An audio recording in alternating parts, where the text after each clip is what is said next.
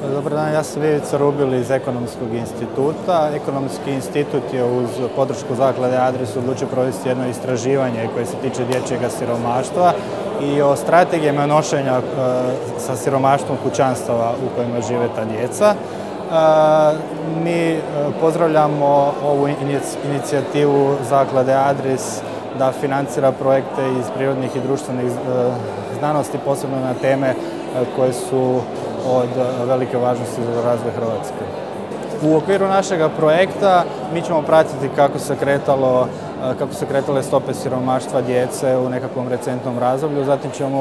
pokušat ćemo isto tako utvrditi koji su to bili uzroci siromaštva, što je uzrokovalo to kretanje siromaštva, ali za razliku od ostalih istraživanja koji su do sada vođena na temu dječjeg siromaštva, mi ćemo isto tako ući u sama kućanstva, razgovarati sa članovima kućanstava i zapravo vidjeti na koji način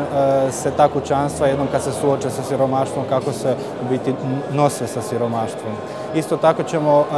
razgovarati i sa kreatorima politika, sa socijalnim radnicima i sa svim ostalim stručnjacima koji se na ovaj ili onaj način,